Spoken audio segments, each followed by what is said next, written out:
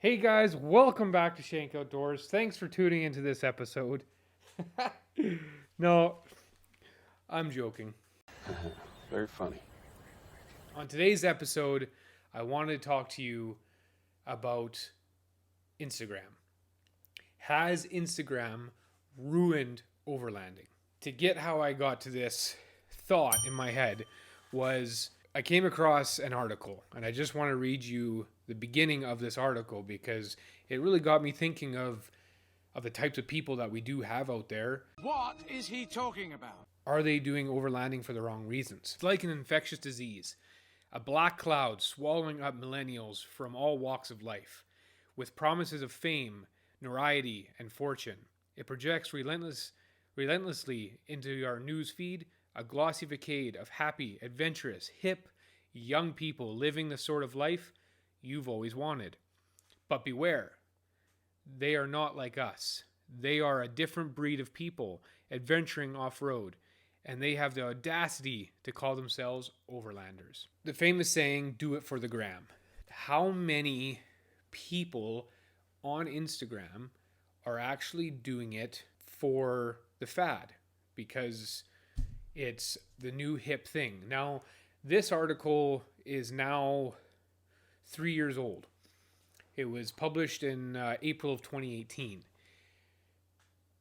So a lot of time has passed, but they were seeing, the overlanding fad on social media earlier than 2018, but this article came out about that. So for example, how many people are just because they can finance a vehicle, there's all these new accessories, etc.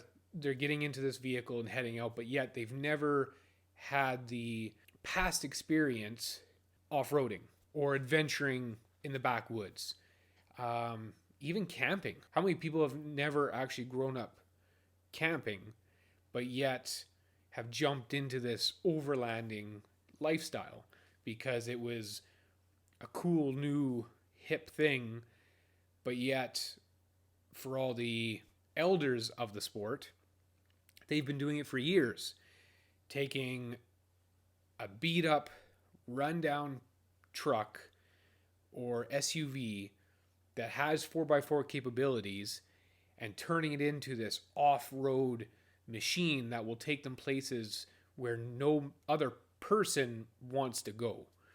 And now, because of social media, people are realizing the places that they can actually get to. And even, again, with the off-road market, where these manufacturers are taking the off-road industry with these cool new items or upgraded items for your rig, such as suspension, tires. But a lot of it for Instagram is the looks, not the mechanical upside of that part. It's actually just how well does it look? Does it make my ride or my machine kick ass or badass? Or does it actually do something for my ride to get me onto the trail or off the trail? For example, I was part of a recovery course at AOAE Expo a couple weekends ago. And they were talking about shackles and how dangerous it actually is to keep your shackle on the vehicle at all times. One, because they can rust and just get seized on there, but if they're not properly tightened onto the bumper, let's say, is where they're being kept for the looks because they're beautiful red shackles, that they can unscrew and fall off on the highway, and now you're causing harm to other drivers.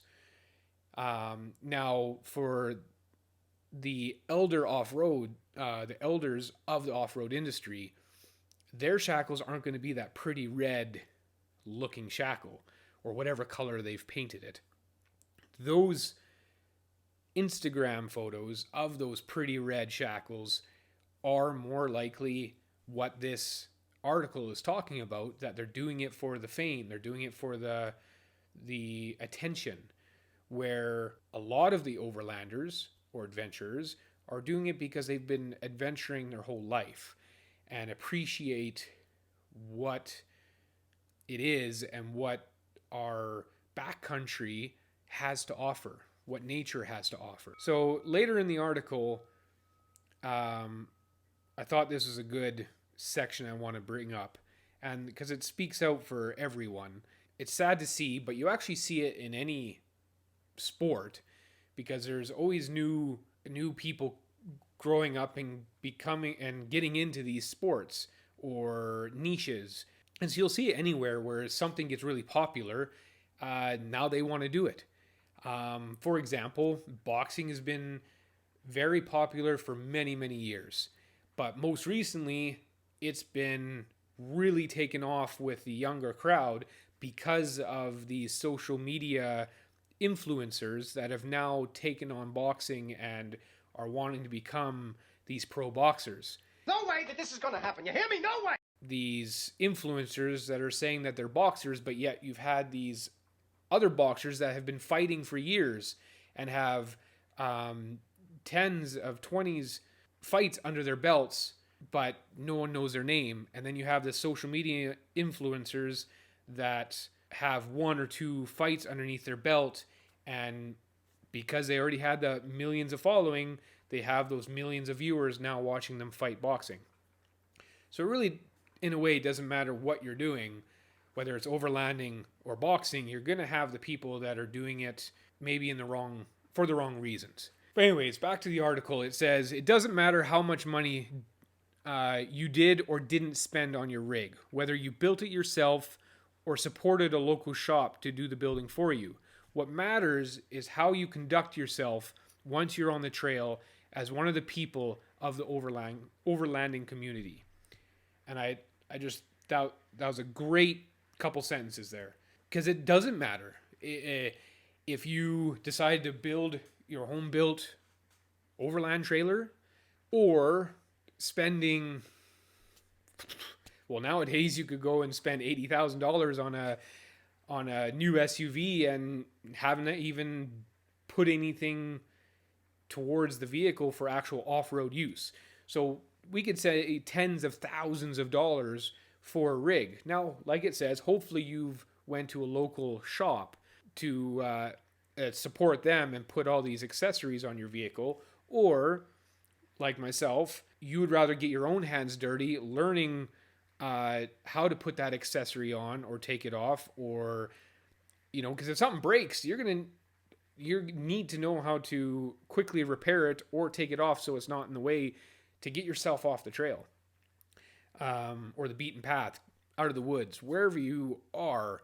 It's always best to know your machine in and out, and usually until your machine breaks, that's the only time and only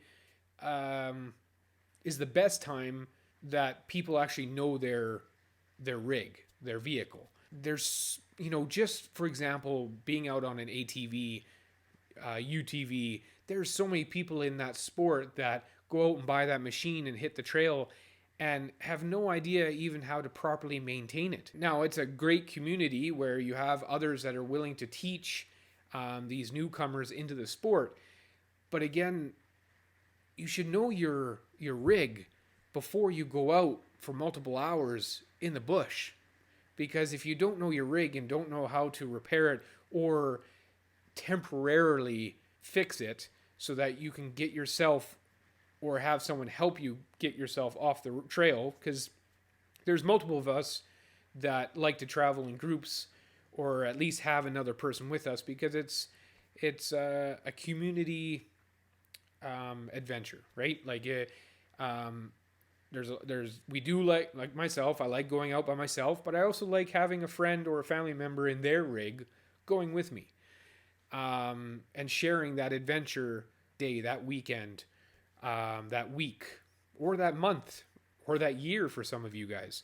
Again, that's really all I have on this article. I just found it very interesting about doing it for the gram, and looking at it, how many people are just doing it for that social interest or that bag, as the younger generation would call it, there's just so much beauty in our backcountry to not do it for that reason. Or, and you don't even have to be an overlander to enjoy our backcountry. You can be a fisherman, a hunter, a hiker, a backpacker. There's so many different names, but as long as you're enjoying our backcountry and being a part of a community and, helping others so that when you need help, others help you as well. And sharing experiences, sharing your stories, giving feedback on other people's stories or rigs. That's what it's all really about. Not spending a whole bunch of money and going, hey, look at me. This is what I have. But then you haven't went anywhere. Or maybe you have, down to get gas or down to that event. Did you just say that? But to really go down those trails and experience those places that many people don't go is like no other. Again, I hope you go out, enjoy the adventure. I hope you're a part of your local community, or a part of a bigger community, and just once in a while give your 2 cents. Go out there, have fun. Don't just be doing it for the gram. There's more than that to overlanding or any sport out there. I hope you enjoyed this episode. Shout out to Driveline on this article because it really got me thinking about social media and the people that really enjoy doing overlanding or going overlanding. Again, thanks for tuning in this episode, and we'll catch you in the next one.